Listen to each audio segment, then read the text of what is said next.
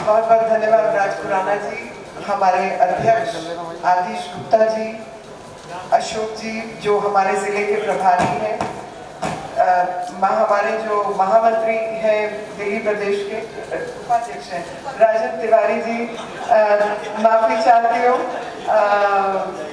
राजेश गोयल जी और भारत भूषण मदान जी, सुभाष जी, रमेश जी, सुनीता मिश्रा, सुनीता गाबा और मिसेस विरबानी, उपस्थित मेरे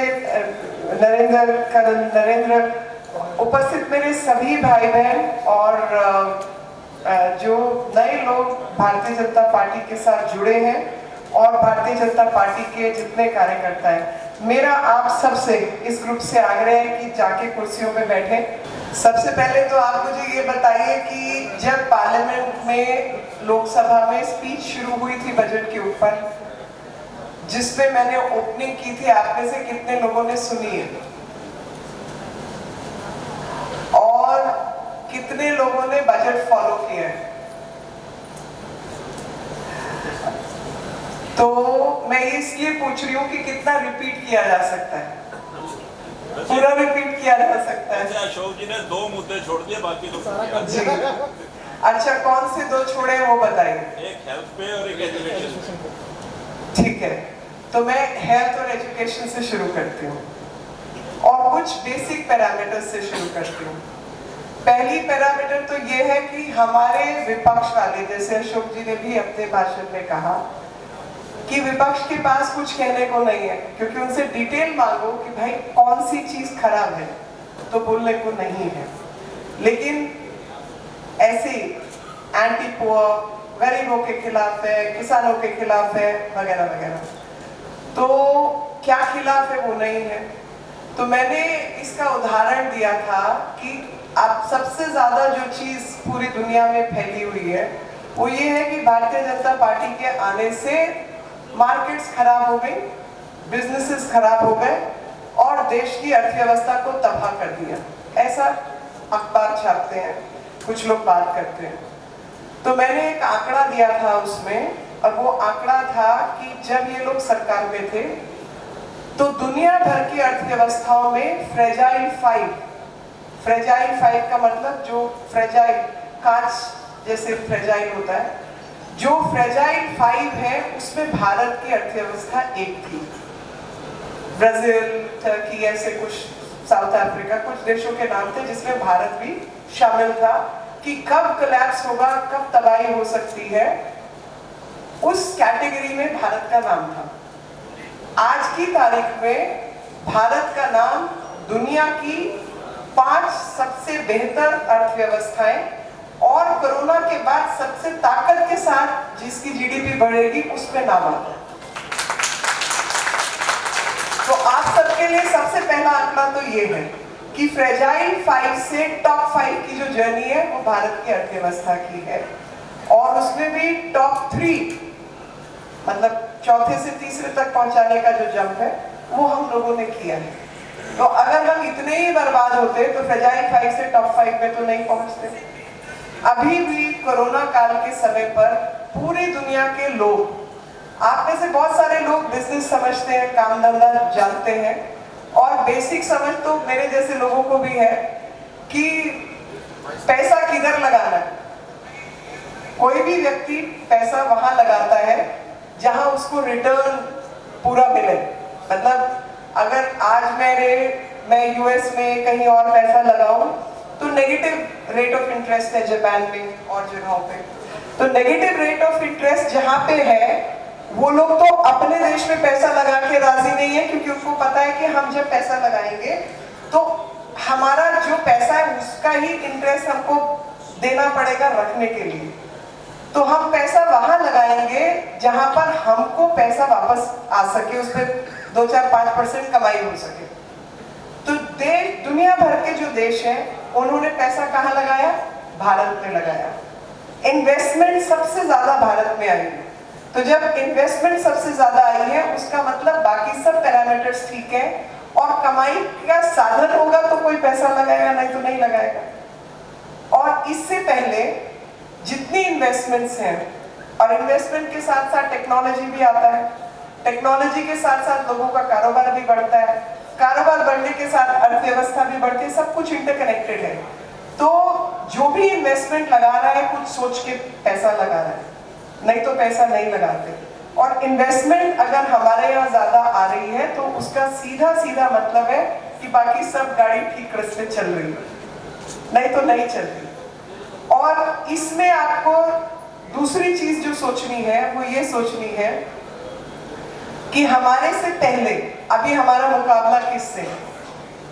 हमारा मुकाबला अगर हम चाइना से करते हैं, क्योंकि इतनी जनसंख्या वाला देश चाइना है, हम भी उतनी भारी जनसंख्या वाले लोग हैं, तो जरूरतें ज्यादा है, मार्केट फोर्सेस ज्यादा है, और इतने सब लोगों के लिए जूता, कपड़ा, खाना, रहना, एजुकेशन, फैक्ट्री, वो फैक्ट्री तो तभी काम करेगी जब उतने लोगों को सामान बिकेगा। यानी सामान बेचने के लिए आपको जनता चाहिए, वो जनता हमारे पास है। लेकिन उसके साथ जो नुकसान है वो ये है कि इतने सब लोगों का जब आपको भरण पोषण करना है तो वो व्यवस्थाएं कहाँ से आएंगी, और वो सब व्यवस्थाएं, रोटी रोजगार का प्रबंधन भी आपके जिम्मे है, और वही जिम्मेवारी हम लोग निभाने की कोशिश में है और बहुत अच्छे से हम लोग प्रोवाइड कर रहे हैं।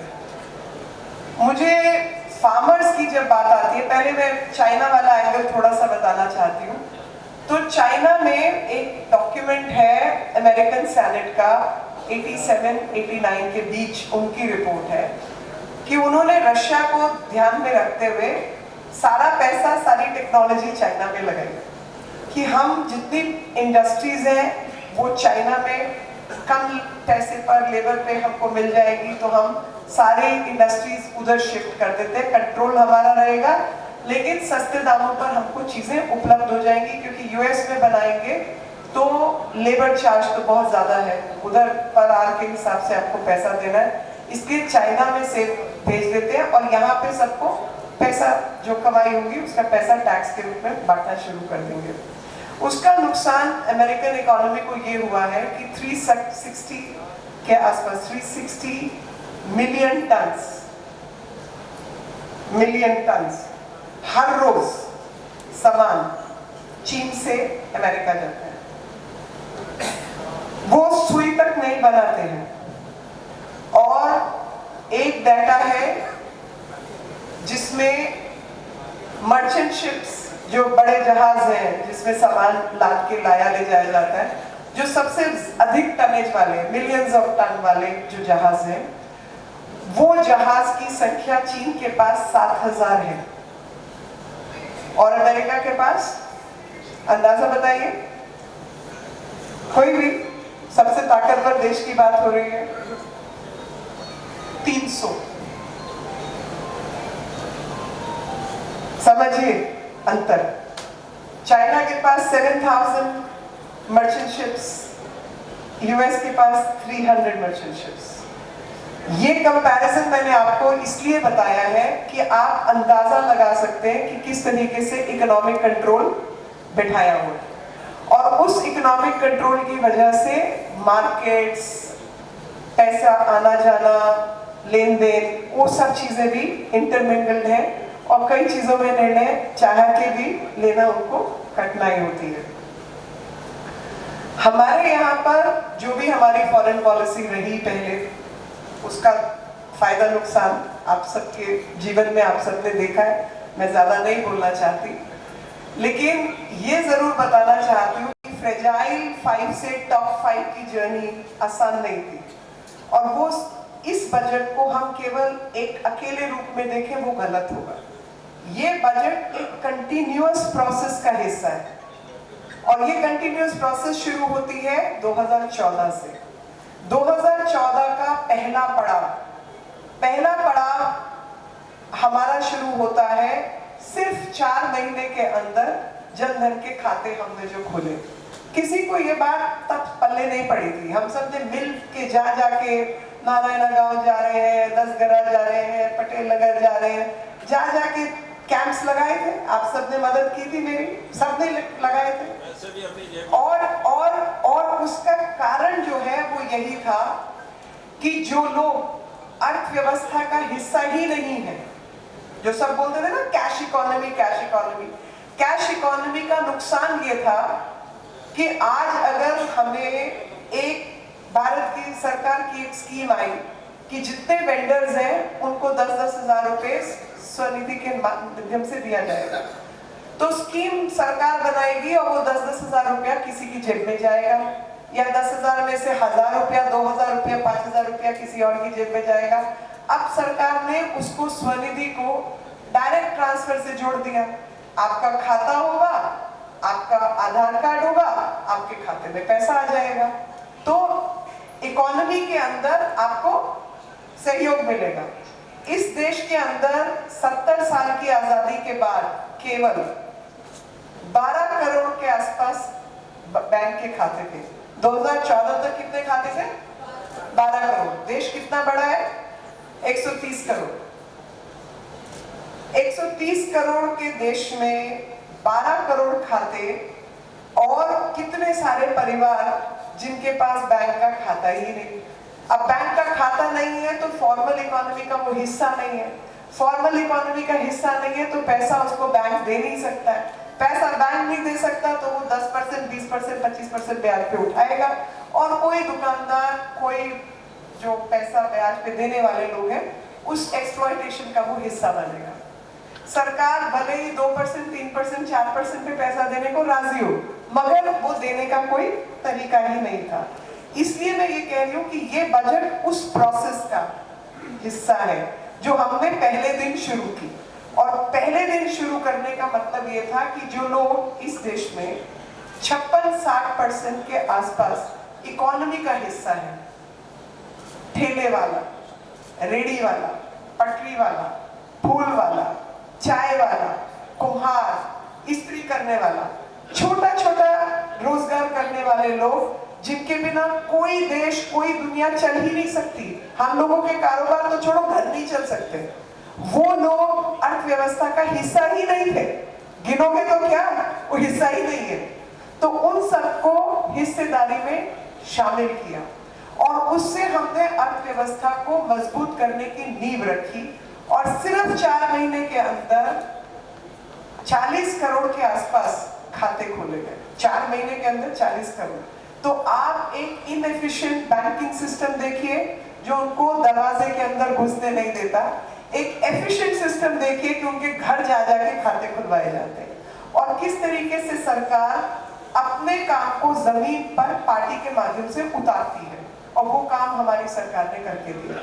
और सब भारतीय जनता पार्टी के कार्यकर्ताओं को और जो पार्टी से जुड़े लोग हैं उनको गर्व होना चाहिए कि इस देश निर्माण में हम सबका भी सहयोग है। और मैं हमेशा ये बात कहती हूँ कि अगर आप, मान लीजिए मैं एक सांसद हूँ और एक कोई कॉर्पोरेटर है, कोई छोटा कोई बड़ा नहीं है। कॉर्पोरेटर अगर अपने हिस्से का काम, मंडल अध्यक्ष अपने हिस्से का काम ईमानदारी से पूरा करता है, सांसद अपने हिस्से का काम अपने संसदीय क्षेत्र को अच्छे से देखता है, तो वही देश निर्माण है। क्योंकि जब तक जमीन पर उतरकर हम लोग अपने अपने हिस्से का काम नहीं करेंगे तो बजट कुछ भी नहीं होगा। और बजट पर हम बात करने लायक नहीं है, क्योंकि हर चीज का असर जमीन पर दिखना चाहिए। जब जमीन पर असर नहीं है तो बजट का कोई मतलब नहीं है। चाइना का कंपैरिजन हमारे लिए इसलिए जरूरी है कि कोरोना टाइम में हमने देखा जब पूरी दुनिया जूझ रही है, पूरी दुनिया का सर्व सत्यानाश करने वाला अगर कोई देश है जिसकी वजह से कोरोना बाहर आया, मतलब पूरी दुनिया में फैला और अच्छी अच्छी अर्थव्यवस्थाएं तबाह हो गई और कितने कितने करोड़ों लोग मर गए, ऐसे टाइम पर हम लोग उबर कर निकले। मैंने आपको उदाहरण दिया इसका, लेकिन हेल्थ के अंदर आपको समझना होगा कि कोरोना से लड़ने के लिए जिस टाइम लॉकडाउन हुआ, आप में से किसी के मन में आया कि ये फालतू में लॉकडाउन हुआ है? सच सच बताना। नहीं, सबने कहा लॉकडाउन ठीक हुआ, मगर ऐसे लोग आपको जरूर मिले होंगे जिन्होंने कहा ये फालतू का लॉकडाउन है। मिले होंगे, मिले थे बहुत सारे लोग। आज भी कहते कोरोना कुछ नहीं है, ऐसे ही घूमो। बोलते हैं ना। लेकिन सच्चाई ये है कि अगर उस समय जब वायरस की ताकत ज्यादा थी, अभी वायरस को झेलने की ताकत हमारी ज्यादा है, उस टाइम पे वायरस की ताकत ज्यादा थी, जिसको विरुलेंस कहा जाता है। अगर विरुलेंस उसकी ज्यादा थी और हम लोग उस समय लॉकडाउन नहीं करते और लंबे लंबे लॉकडाउन, महीना 15 दिन, उस तरीके के लॉकडाउन नहीं करते, तो आप ये समझ लीजिए कि हम लोगों के मरने वालों की संख्या कहीं ज्यादा होती। आज वायरस कमजोर है, हम ताकतवर हैं। उस समय वायरस ताकतवर था, हम कमजोर थे, क्योंकि हमारे सिस्टम को उससे लड़ने का पता नहीं था। हर एक की जिंदगी में कुछ लोग, हमारी पार्टी के कार्यकर्ता भी और उसके अलावा परिवार में भी कुछ लोग कोरोना के कारण मृत्यु वाले लोगों को हम सब जानते हैं, और वो लोग कुछ नहीं तो 15-20 साल तो और रहते हैं। हमने उसको कंट्रोल किया क्योंकि कोरोना के फैलने की जो रफ्तार थी हिंदुस्तान के अंदर 175 दिन थी, जब वो अपनी संख्या डबल से बढ़ाता है, पीक पोजीशन पे पहुंचता है, उसकी संख्या का जो आंकड़ा था वो 175 दिन था, जबकि पूरे दुनिया के बहुत बड़े बड़े देशों के अंदर वो केवल 50 दिन था। आप सोचो 100 दिन से ज्यादा 125 दिन का गैप तो हमने शुरू में ही दे दिया। उसकी वजह से जब वो ताकतवर था तो हम ताकतवर बन पाए, उसका हमने पूरा प्रयास किया।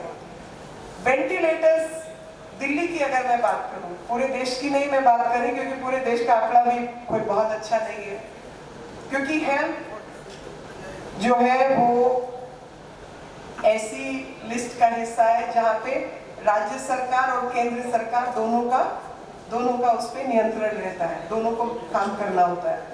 तो स्वास्थ्य जो हेल्थ है उसमें दिल्ली सरकार का आंकड़ा था कि पूरी दिल्ली के लिए, जहां पे 1-2 करोड़ लोग है, कम से कम 3 करोड़ अगर लगाए तो 1-2 करोड़ तो है ही, उसके लिए केवल 3000 कितने 3000 वेंटिलेटर्स थे।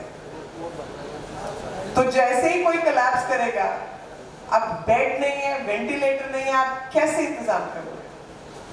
मात्र 10 दिन के अंदर 32,000-33,000 लोगों के लिए अस्पताल खड़ा हो जाए और वेंटिलेटर वाले बेड्स अवेलेबल करवा दिए जाए और प्राइवेट अस्पतालों को भी वेंटिलेटर्स दे दिए जाए। RT-PCR हर एक डिस्पेंसरी, MCD के स्कूल सब जगह लगाकर टेस्टिंग शुरू हो जाए, क्योंकि जब तक आप टेस्ट नहीं करेंगे आप कंट्रोल नहीं कर सकते, टेस्ट नहीं कर सकते, ट्रीट नहीं कर सकते। तो वो सारा सिस्टम थोड़े ही दिन में कम व्यवस्थाओं के साथ इस सरकार ने अरेंज किया और सबको टेक ओवर किया। जहां जहां पे ये नहीं हुआ, महाराष्ट्र, केरल, जिनको आंकड़े हमारे से कहीं अच्छे थे, बेहतर थे, अब दिल्ली में तो केंद्र सरकार बैठी है तो सब कुछ अपनी बेल्ट के नीचे लेके उन्होंने टाइप किया। मैं LNJP की वो तस्वीरें, क्योंकि मेरा क्षेत्र लगता है तो इसलिए मुझे लगता है वो बताना जरूरी है। गंगाराम, कितने लोगों के फोन आए होंगे कि बहन जी बेड नहीं है, बेड अवेलेबल करवा दो, BL कपूर में करवा दो, इधर करवा दो। अभी हमारे यहाँ रेमडेसिविर नहीं मिल रही, हमारे कार्यकर्ता, मैं नाम नहीं लेना चाहती, उनके परिवार का कि रेमडेसिविर दवाई नहीं है, वो सब कुछ हम लोगों ने बनाया उतने टाइम के अंदर और सब देश को उपलब्ध कराया। ये कोई छोटी चीज नहीं है, ये सिर्फ ये है कि जब आपके पास रिसोर्सेज कम है, रिसोर्सेज कम के साथ आपको प्रायोरिटाइज करना है। भाई वो मेरे पास पैसे ही 50 रुपए हैं और मुझे देखना है कि प्रबंधन कैसे हो कि उस 50 रुपए में कौन सी चीज है पहले करूं जिसका लाभ सबको मिले। ठीक उसी तरीके से कोरोना काल के अंदर सरकार ने काम किया और उसमें कई सारे पैकेजेस कंसोलिडेट करके दिए, उसी की कंटिन्यूएशन का ये बजट है। मुझे बैकग्राउंड इसलिए देना था कि 5 साल 6 साल जो काम हुआ है, इस बजट को उससे अलग करके नहीं देख सकते। भले ही ये बजट 2021 यानी 2020 के बाद जो 30 तक का दशक चलना है, उस दशक का पहला बजट है, तो ये अपने आप में अनोखा बजट है, क्योंकि इस तरीके का एपिडेमिक कोरोना जैसा 100 साल बाद दुनिया ने देखा है। कि पूरी दुनिया के अंदर हाहाकार मची हुई है, लोगों की मृत्यु हो रही है, किसी को समझ नहीं आ रहा क्या करना है। ऐसे समय से खींच के बाहर निकालना, सही समय पर सही निर्णय लेना, ये कोई छोटी बात नहीं है। और बहुत सारी बड़ी बड़ी संस्थाएं, उन सबका कहना था कि इस देश के अंदर 2 से 5 लाख लोग रोज मरेंगे। 2 से 5 लाख, आप सोचो कितनी हाहाकार मच जाती। और 50-60 लाख रोज संक्रमित होंगे, ऐसी चीजें थी। और हम उस सब से बाहर निकल रहे हैं। तो मेरा ख्याल सबसे पहले तो हमारा सबसे बड़ा धन्यवाद ये होना चाहिए कि हम सब जिंदा हैं, हम सब सुखी हैं, और जिसको कहते हैं ना रब्बी बैर कि ईश्वर की कृपा हम सब के ऊपर है और इस देश पर बनी रही। और वही कारण था कि नरेंद्र मोदी जी जैसे प्रधानमंत्री इस देश को मिले। सोचो कोई और होता तो, सोच सकते हो क्या हाहाकार मच चुकी होती, जो निर्णय नहीं लेता।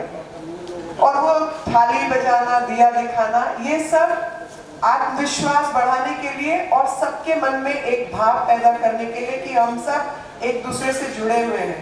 एक की तकलीफ में दूसरे को खुश होने की जरूरत नहीं है, बल्कि एक नहीं रहेगा तो दूसरा भी नहीं रहेगा। आपस में ये मारकाट, ये शर्मिंदगी वाली चीजें नहीं होनी चाहिए। और किसी को कुछ नहीं तो कम से कम कोरोना काल में तो ये समझ आ ही जाना चाहिए, जो कि मुझे लगता है कि हमें समझ आया, लेकिन चीन को समझ नहीं आया। चाइना ने ये मौका इस्तेमाल किया हमारे देश पर आक्रमण करने का। अभी वापस जाने की तैयारी शुरू। क्यों? ऐसे ही हवा में जो अग्रेसर है वो अपना बोरिया बिस्तर बांधना शुरू कर दे बिना ताकत के। वो ताकत यही है कि कोरोना के बाद, और मैं सबको एक बात हंस के कहती थी कि 9% जीडीपी पहुंचा दो, वैसे इस देश की समस्याएं खत्म हो जाएंगी। मैं ऐसा मजाक में पहले कहा करती थी। अब तो हम 10 से ऊपर जा रहे हैं, तो प्रॉब्लम आपकी खत्म होने ही जा रही है। आप जिस स्पीड से अपनी शक्ति, अपनी ताकत दिखाएंगे, आपके दुश्मन उसी वक्त नतमस्तक हो जाएंगे। वो ताकत दिख गई है, तो वो ताकत दिखते ही रैपिंग अप शुरू, हथियार डालना शुरू। वो हथियार डल चुके हैं और डलने जा रहे हैं, क्योंकि सबको पता है कि ये देश और ताकतवर बनने जा रहा है। और अमेरिका से लेकर यूरोप, और अभी अपने ऑस्ट्रेलिया में देखा, Australian prime minister Scott Morrison का बयान देखा, ये सब चीजें उसी रास्ते पर है कि वैक्सीन बनाने की बात आती है तो ये देश बना के देता है। डिफेंस की डीआरडीओ ने, मैं बताना नहीं चाहती, पर ड्रोन, स्मार्ट बॉम्ब्स, जहाज, सब कुछ हम इधर बना रहे हैं, सबमरीन, सब कुछ इधर बना रहे हैं।